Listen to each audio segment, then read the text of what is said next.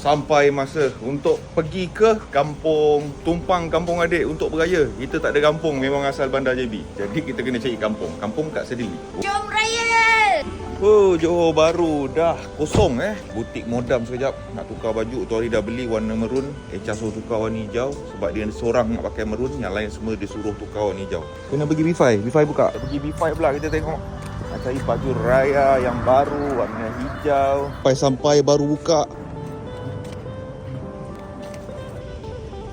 Pasal-pasal tukar warna. Baju Melayu tukar, kurta warna sama, anak-anak semua settlekan. Pening Kenapa lelaki ada 3 baju raya ni? Si perempuan ni menang. Kalau perempuan kena satu baju je, tak acik. Amboi mengalahkan perempuan lah raya. Tengok baju lelaki dia berapa pasang seorang. Kalau saya bawa macam ni dah kena bebil dah ni. Rumah HR laki skin tau.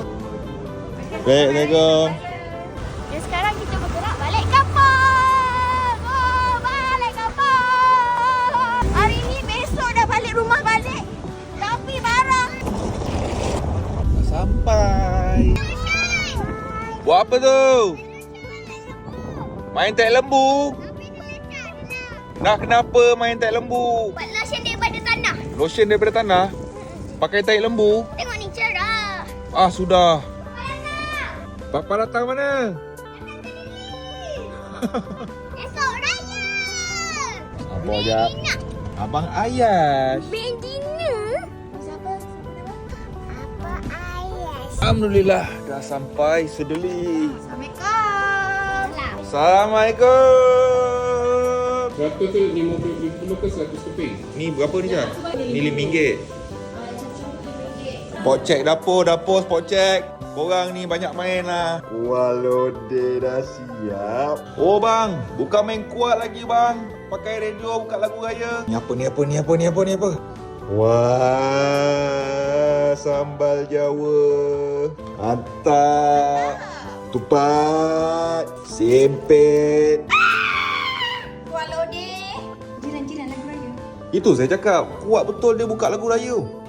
Oh, rendang dalam nesbol. Tinggal panaskan, semalam dah masak. Oh, dapat coklat chip Mantap lah. Satu Iwan. Kau main lokek lagi satu. Oh, lemang.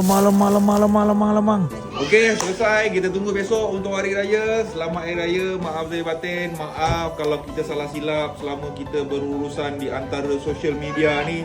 Semoga korang semua sihat, mewah rezeki, dirahmati Allah. Selamat Hari Raya. Maaf zahir batin. Selamat Hari Raya.